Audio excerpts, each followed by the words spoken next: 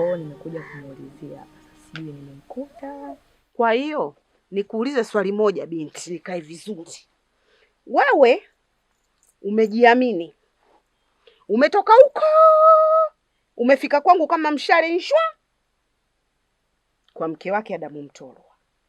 Mimi mjamzito nilikuwa naishi naye huko, kwa hiyo toka nilivyomtafuta sijamuona. Kwa hiyo ndo nimekuja niende kliniki. Are you crazy today? Aha. Sasa wewe dada yangu mimi naona umejaliwa sana kuongea. Sasa mimi waga kuongea sana siwezi. Kama wewe mume wako na mimi mume wangu. Nishakwambia hapo nimeolewa hivyo na nina tumbo lake. Unanichanganya. Unajiona una akili timamu we binti? Na unajiamini nini? Kuja kwa mke wa mtu, kuja kumwambia hayo maswala. Aha. Sasa na mimi ndo nimefika, tutasaidizana kulilea ili tu. Kiza nikwambia Adamu Mtoro sijamzaa mimi. Adamu Mtoro amezaliwa, ana mzazi wake. Kama ulionyeshwa ile nyumba na umenikuta mimi sipo, mimi niko na mwanangu na wewe huyo mtoto kampeleke kwa wazazi wake. Kwao ndo hapa. Hapa si ndo kwa Adamu Mtoro ndo amefika sasa. Tutabanana hapa hapa.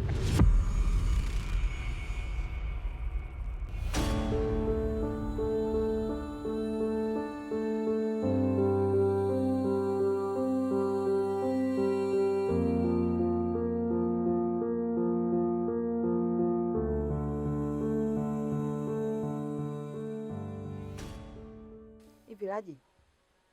Hivi mbona mikono imelegea sana wewe? Hizo nguo mbona unafua kukulegea hivyo? Sitatakata kweli?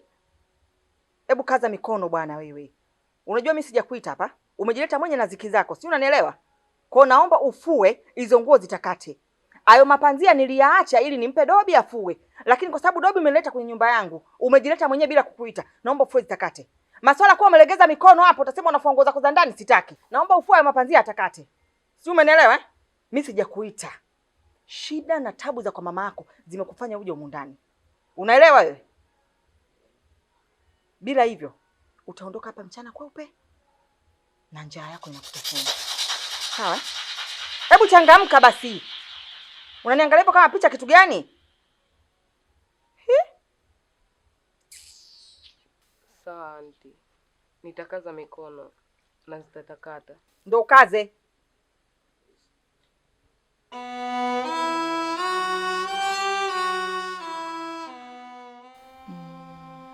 Aha. Hebu ngoja nikamchukulie nguo kwa mama yake ili aendelee kuwa kwangu milele.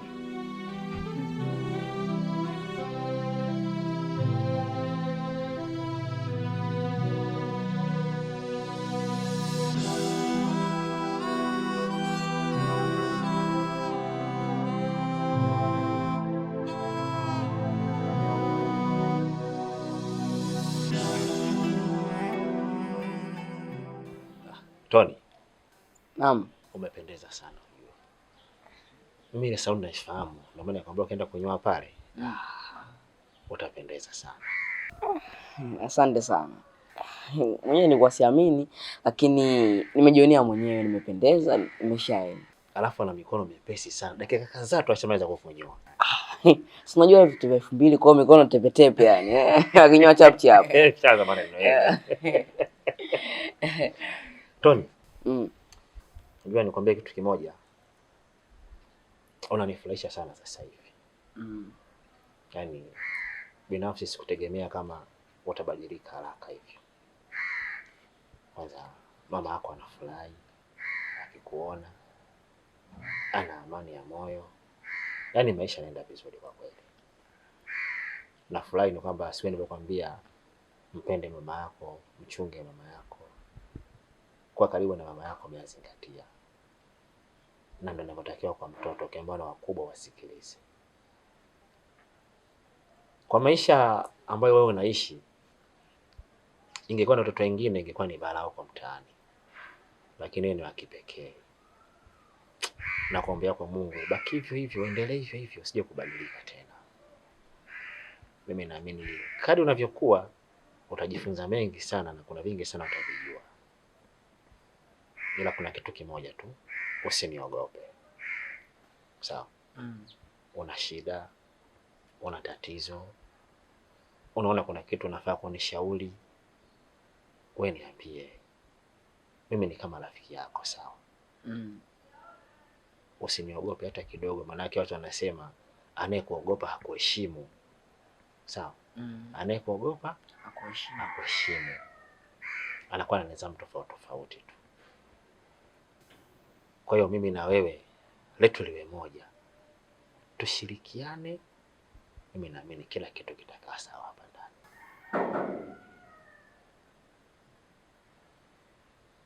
Nitakafunga mlango.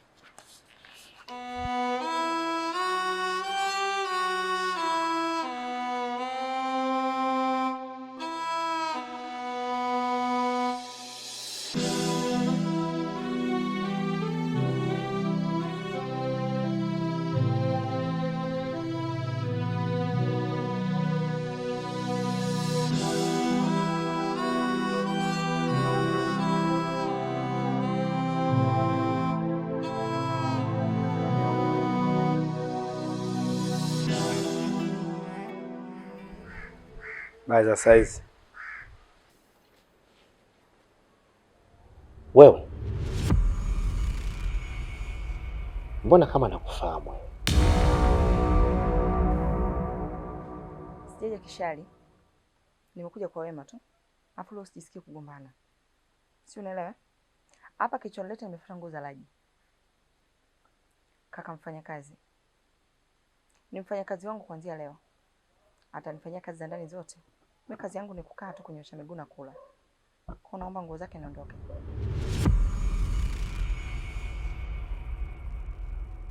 Mimi hata sijui nini unachonitafuta. Kama hujaja kwa ugomvi, mimi mwenyewe ugomvi naye nimechoka. We nuksi mantululai. Nuksi mantululai. Kila ukija kwangu hapo unanitia nuksi na janaba. Sasa sikiza nikwambie Lecho. Mwanangu hawezi kufanya kazi kwako. Hata iweje. Hata iweje. Hawezi kufanya kazi kwako. Na nguo za mtoto sina. Yaani nikaona kwamba labda ndio utafurahi. Mwanao atakaa kwenye nyumba nzuri, atakula chakula kizuri, ataondoka kwenye shida zako. Lakini bado tu unaona mimi mbaya, eti hawezi kufanya kazi kwangu. Lakini kataka mwenyewe, sijamuita. Namsaidia tu. Kwa sababu sasa hivi yupo kama yatima tu. Ni jambo la kumsaidia. Bado unishukuru, eti unalalamika. Jamani binadamu mbona hamna shukrani nyie? Shukrani gani unazozitaka Lecho kwangu mimi?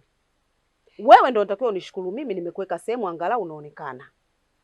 Umenielewa eh? Nimekuondoka kitaratibu bila kelele. Lakini cha ajabu kila kukicha uko hapa. Kukicha uko hapa. Kukicha uko hapa. Sikiza ngwambie Lecho. Mwanangu hawezi kufanya kazi kwako. Ila sasa cha kushukuru, mwanao umemkuza vizuri sana. Anajua sana kufanya usafi. Yaani kideki panatakata, kiosha vyombo vinatakata. Kwa kuthibitishia hilo, angalia.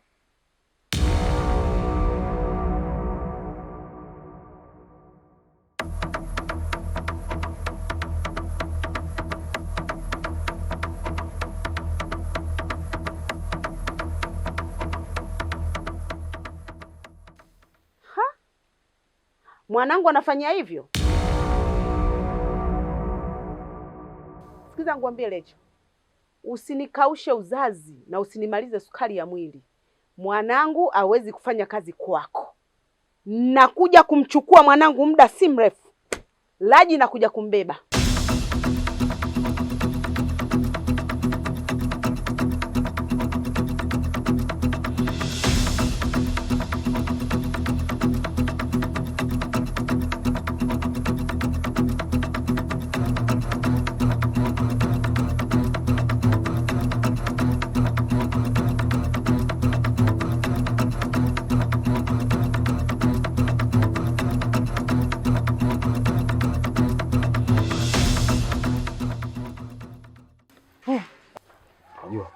Bado kidogo nikufuate ulipoenda sokoni.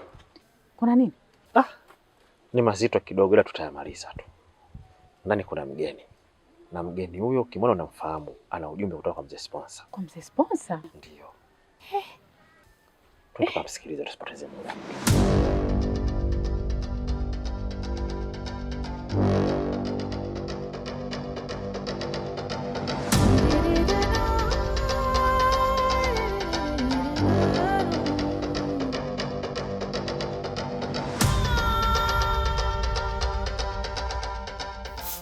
Wewe mbona unaacha uchafu nyuma bwana wewe? Alafu mbona umelegea sana wewe? Wewe unashindwa kufagia pakatakata? Wewe vipi wewe? Hivyo Lecho mimi unanitafutia nini Lecho? Wewe mwanao nilimuita? Yaani Lecho mwanangu ndo kampe kazi ya kufagia kiasi hichi? Bwana wewe usiongee sana bwana wewe. Shida zake na tabu zake ndo zilizomleta nyumbani kwangu. Sijamuita. Yaani ameona kwamba huko kwenu kunanuka njaa, kunanuka shida. Na ndio maana akaja humu ndani kwa ajili ya kula ugali tu. Unadhani namlipa? Ni ugali tu umemleta humu ndani. Unajua kutunza nini Lecho? Mpangu pakavu tia mchuzi. Watu wa uonje Lecho, una nini? Wewe bwana kaa kimya bwana, una maajabu sasa hivi bwana wewe. Wewe haya mama. Fanya mambo yako. Sikupendi na kuchukia. Fanya mambo yako mama. Wewe tuondoke. Niache stoki. Nikikwambia tuondoke.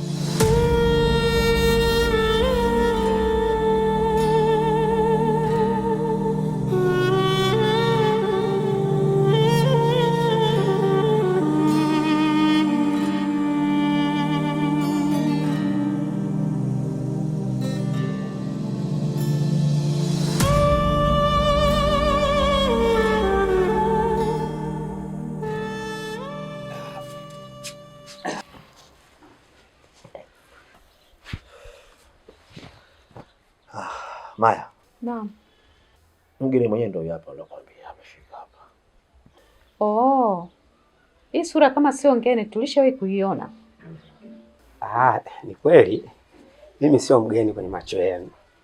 Si mlikuja nyumbani kumuulizia mzee Adamu Mtoro. Na pia nikawaambia kwamba Adamu Mtoro ni babu yangu. Ambaye nilikuwa naishi naye ila kama nilivyokawaelekeza alishapata na umauti. Lakini yote kwa yote kilichonileta hapa kingine sio hicho tu. Maana mumeo mzee sponsor ameniagiza na maagizo yake. Amesikia kuwa mwanae amepatikana. Na mlivyokuja nyumbani msema mnamtafuta hivi mtoto, sijui ana umri kama miaka 5 6 hivi. Au ndio huyu mtoto mwenyewe? Si ndio hivyo madam? Kwa hiyo ameniagiza. Yeye anachodai kuwa kwanza amekiri. Baada ya kusikia mwanae amepatikana, amekiri yote aliyotokea nyuma. Anachokihitaji yeye kwamba mrudiane muishi kama zamani. Kaniambia kuwa amejifunza na anajua kwamba mengi aliyotokea hapo nyuma nini, kwamba ilikuwa ni kama kitu tu anasema ni upepo fulani ulimpitia, haikuwa akili yake. Kwa hiyo anachokihitaji yeye ni kwamba muishi pamoja kama zamani, mfurahie maisha ili aendelee kumlea mwanae Tony.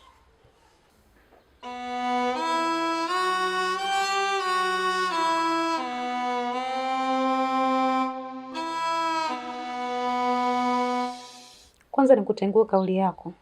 Sio mume wangu. Alikuwa mume wangu. Na kingine ninachotaka kukuambia, mimi huwa nina tabia, nikishatapika matapishi huwa siyarejelei hata siku moja. Kwa hiyo hilo swala halitowezekana abadan aslan.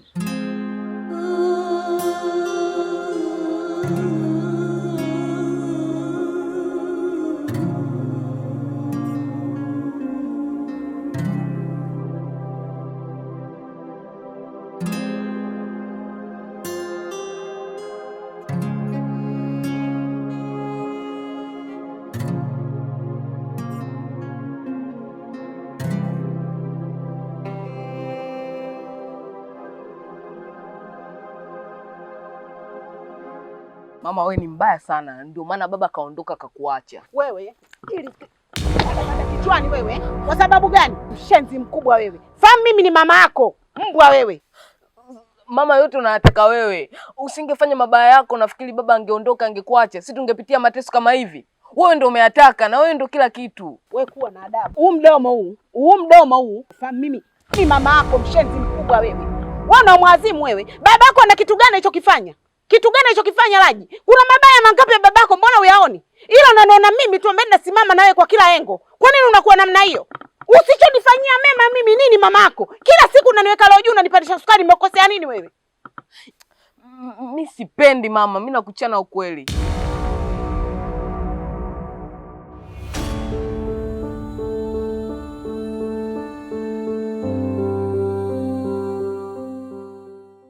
Sikia we kijumbe. Kama ulivyotumwa na mimi nakurudishia salamu. mwambie hivi, hawezi kuzilipa gharama zangu, hatoweza kunilipa muda wangu niliopoteza, hatoweza kunilipa kitu chochote. Vinginevyo afya fufuke, ndio ninaweza kurudiana naye. Mfikishie huo ujumbe. Kijana, una masikio mawili, anafanya kazi vizuri sana, umesikia? Sawa. Maya ameshasema hawezi kulia na wewe mwanamume. Hamtaki. Sasa usije ukawa unajaribu kuwalazimisha maji akapanda mlima, kitu unajua kisa hakiwezekani. Hivyo kwa amani tu na usalama, mimi ningekuomba tu vaa viatu vyako uondoke hapa. Yasija kama mwingine bure. Kaka, labda nikuambia tu kitu kimoja. Unajidanganya. Mimi nimepewa option hizi 2. Kama utakosa kurudiana na mumeo, kaniambia basi niondoke na mwanae.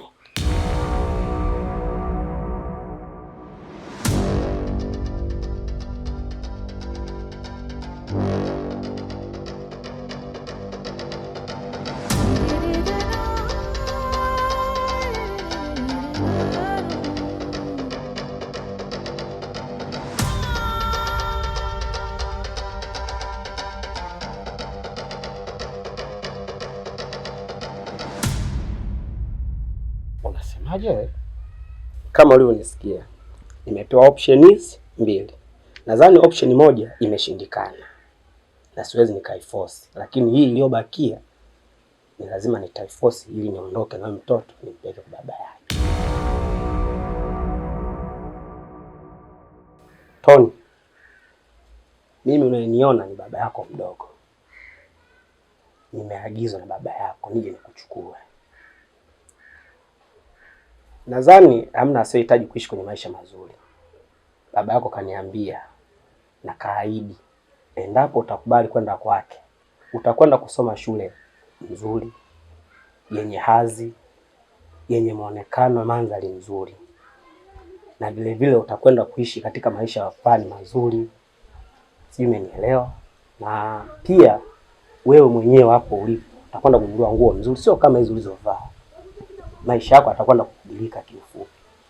Labda nikupe chaguo.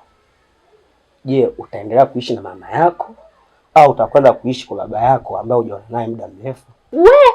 Wewe tena naomba ukome na uishie hapo hapo. Uondoke na mtoto kwa mpango upi? Kwa vipi? Labda kwa mfano, kuna mtu alisaidia kwenda leba kumzaa huyo mtoto? Hatoki mtoto hapa, hata kwa greda, hata kwa nini.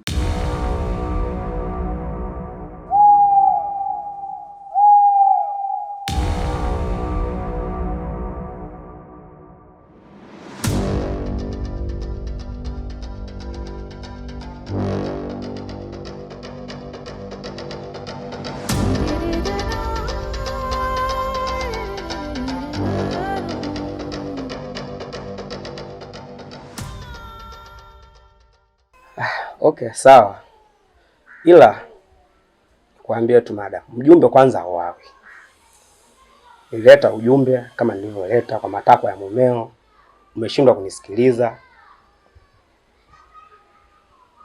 Tony, kama nilivyokuja mara ya kwanza nilijitambulisha, mimi baba yako mdogo. Niliagizwa na baba yako nije nikuchukua ili uende kwa baba yako. Hata hivyo baba yako anasafiri, anaelekea Marekani. Anakuhitaji uende ukamsikilize. Ninavyohisi anahitaji kuondoka na wewe kwenda Marekani. Je, hutaki kwenda kusoma Marekani? We koma wewe. Acha biashara kumtamanisha mtoto. Siji Marekani my foot. Huyo babake mwenyewe ana uwezo gani? Mimi ndo mwenye uwezo. Nikitaka mwanangu aende London anaenda, nikitaka aende South Africa anaenda. Mnakuja kutishia watu tena kwenda Marekani. Marekani kitu gani? Baba wewe, tena koma ushindwe. Madam, labda nikuulize swali moja. Siku ya kwanza nafika nyumbani kwako kufuatilia upelelezi kuhusu kijana wako Tony, nilikwambia natokea wapi? Si ulikuwa huko Marekani? Kwa hiyo mwambie hivi. Tishia sehemu nyingine sio Marekani. Kutokana na kazi yangu ni Marekani kwangu ni karibu sana. Naona kama natoka tu Kivule naenda Kitunda shuleni hapo. Sawa kijana. Una lingine? Tony, una muda mfupi wa kujifikiria. Kwanza utambue baba yako anaondoka ndani ya hizi siku 3. Hivyo basi una siku 2 tu zinazohitajika ujifikirie na uchukue maamuzi yaliyo sahihi. Baba, tumesha kusikia. Hizo habari zako sijui za Marekani, sijui za kitu gani, sijui nini. Usitutishie. Umekuja kututishia. Wewe mshamba, mnatuletea ushamba wenu nyumbani kwetu. Marekani kitu gani? Mpelelezi wangu mwenyewe katokea Marekani. Siku anakuja kufanya kazi nimempigia simu anatokea Marekani. Mnakuja kutishia watu mambo ya Marekani hapa. Huyu mtoto mwenyewe na mpango aende akasome nje.